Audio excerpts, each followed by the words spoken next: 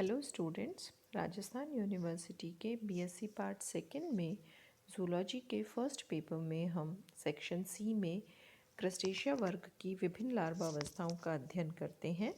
आज के इस टॉपिक में हम मुख्य जो लार्वावस्थाएं हैं उनका अध्ययन करेंगे। शेष लार्वावस्था नेक्स्ट टॉपिक में करेंगे।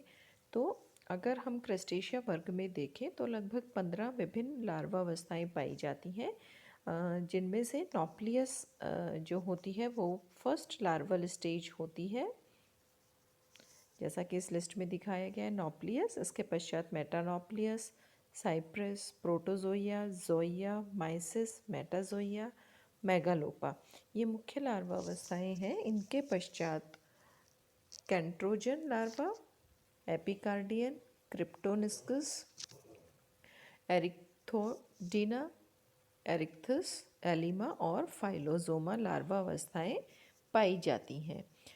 क्रस्टेशिया में सामान्यतः प्रथम जो विभिन्न किसी भी क्रस्टेशिया के किसी भी ऑर्डर में हम देखेंगे, सर्वप्रथम जो लार्वा अवस्था होती है वो नॉप्लियस लार्वा होती है, जो कि एक फ्री स्विमिंग लार्वा होता है, जैसा कि इस चित्र में आप देख सकते हैं।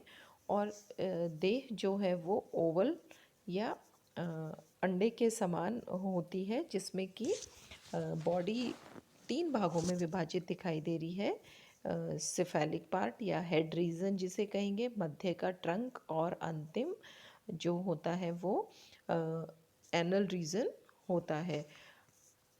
जो इंटीरियर मोस्ट या हेड रीजन होता है उसमें मीडियन आई उपस्थित होती है, अर्थात मध्यवर्ती आईज होती हैं, और अपेंडेजेस पाए जाते हैं। कुल मिलाकर 3 जोड़ी अपेंडेजेस इसमें पाए जाते हैं, जो कि ब्रांच्ड होते हैं, और एक जोड़ी है हेड रीजन पे, और शेष 2 जो होते हैं वो ट्रंक रीजन पे या मध्य जो होता है भाग उस पर उपस्थित होते हैं। माउथ ट्रंक रीजन में दोनों जो अपेंडेजेस हैं एंटीना, इनके मध्य उपस्थित होता है, जो कि आगे चलकर मैंडिबल्स में विभाजित हो जाते हैं, जो ये अपेंडेजेस होते हैं। तथा एलिमेंट्री कैनाल बिल्कुल स्ट्रेट पाई जाती है, और जो कि एनल रीजन में जाकर एनस के द्वारा बाहर की ओर खुल जाती है। इसके अतिरिक्त लार्वा में अभी फर्दर सेगमेंटेशन या खंडी भवन नहीं होता है, और इसमें नर्व कॉर्ड व हार्ट की अनुपस्थिति भी होती है। अतः नॉप्लियस लार्वा जो है वो सिर्फ जो क्रस्टेशियंस हैं उनमें फर्स्ट लार्वल स्टेज होती है, और क्लैडोसीरा जो वर्ग है उसमें ये एग के अंदर होते हैं, जबकि ऑस्ट्राकोडा में ये बाइवेल्व शेल के अंदर उपस्थित होती है।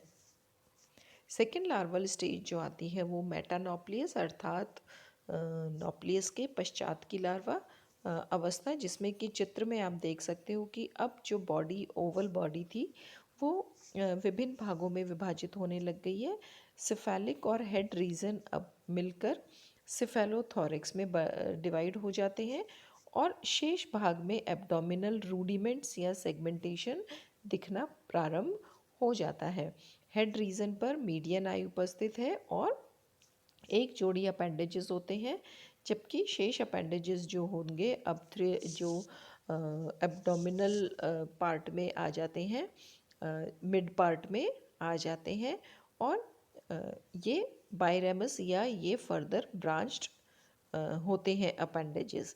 इसके पश्चात आती है साइप्रियस अवस्था। साइप्रस अवस्था जो है ये अगर मेटानॉप्लियस अवस्था नहीं बन रही है मध्यवर्ती, तो नॉप्लियस सीधा साइप्रस अवस्था में परिवर्तित हो जाता है, जिसमें कि मीडियन आई के साथ साथ कंपाउंड आई भी उपस्थित होती हैं, तथा जो बॉडी है वो बाइवेल्व या द्विकपाटीय कवच जो होता है उसमें उपस्थित होती है, और मीडियन आई के साथ साथ एक जोड़ी कंपाउंड आई या संयुक्त नेत्र उपस्थित होते हैं। अब यहाँ पर एंटीनी जो हैं वो जॉइंटेड हो गए हैं, यानी कि उनमें भी खंडी भवन प्रारंभ हो जाता है।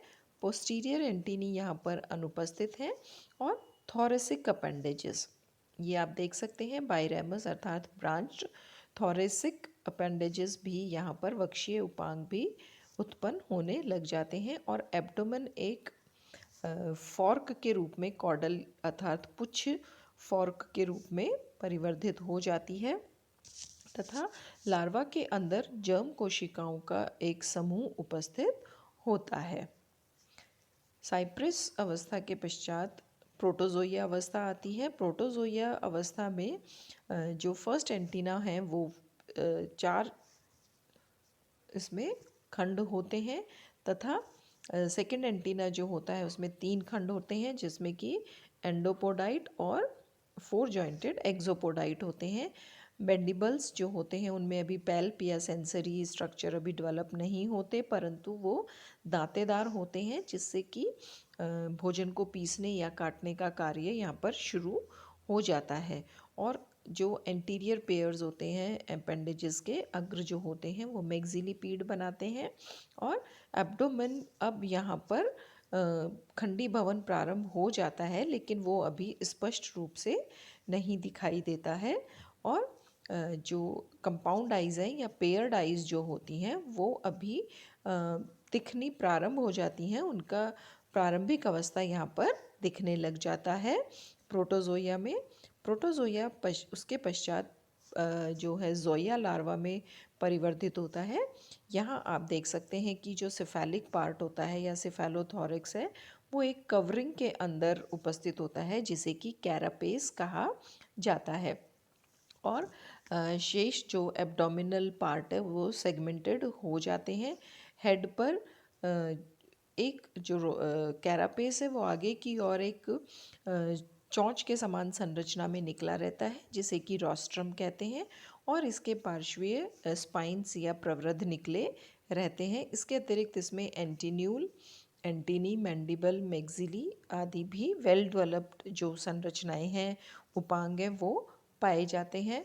थोरेसिक अपेंडेजेस अभी पूर्ण रूप से विकसित नहीं होते, परंतु वो उत्पन्न होने या बर्ड्स के रूप में प्रारंभिक अवस्था में यहाँ पर दिखाई देते हैं। और एब्डोमेन फॉर्क के रूप में या कॉर्डल फॉर्क के रूप में समाप्त हो जाता है। जोइया के पश्चात माइसस लार्वा आता है। माइसस में अब क्लियर सेगमेंटेशन हमें यहाँ दिख जाता है। सिफेलोथोरैक्स और एब्डोमिनल पार्ट, सिफेलोथोरैक्स कैरापेस से कवर्ड है, रोस्ट्रम निकला रहता है, एब्डोमेन ट्रू सेगमेंट शो करने लग जाता है। और इसके साथ ही साथ में जो एंड होता है या लास्ट एब्डोमिनल सेगमेंट है वहाँ पे टेल्सन उपस्थित होता है, और जिसमें कि स्टैटोसिस्ट या संतुलन पुट्टिका भी उत्पन्न या उपस्थित होती है। इसके पश्चात मेटाजोइया लार्वा। मेटाजोइया लार्वा में बॉडी जो है वो इसके माइसिस के समान सिफेलोथोरैक्स और एब्डोमेन में विभाजित होती है। और एब्डोमेन में टेल्सन उपस्थित है। लिम्स यहाँ पर वेल डेवलप्ड हो जाते हैं एब्डोमिनल, और वो प्लियोपॉड्स, द्विशाखित प्लियोपॉड्स जो कि तैरने के या स्विमिंग के काम आते हैं, स्विमर्स अपेंडेजेस होते हैं, में परिवर्तित हो जाते हैं। इसके पश्चात मेगालोपा लार्वा। मेगालोपा लार्वा में सिफेलोथोरैक्स बहुत अच्छे से विकसित हो गया, कैरापेस से कवर है यहाँ पर, और आइज़ के साथ साथ जो कंपाउंड आइज़ है बहुत ही प्रोमिनेंटली स्टॉक्ड यानी कि व्रंत के सहित यहाँ पर दिखाई देती हैं। और थोरैक्स में 5 पेयर्स बहुत ही क्लियर वॉकिंग अपेंडेजेस या लेग्स जिसे कहेंगे वो दिखाई देते हैं। और इसके साथ ही साथ में तैरने के लिए स्विमरेट्स भी यहाँ पर उत्पन्न हो जाते हैं एब्डोमेन में। और ये जो मेगालोपा लार्वा है सामान्यतः क्रैब या केकड़ा का होता है। इस प्रकार ये मुख्य रूप से 8 लार्वल स्टेजेस पाई जाती हैं, जो कि क्रस्टेशियन में बहुत ही प्रोमिनेंट होती हैं। पीडीएफ के रूप में आपको ये उपलब्ध करा दी जाएंगी। आप इनके डायग्राम्स और नोट्स को कॉपी कर लेना। Thank you and have a nice time.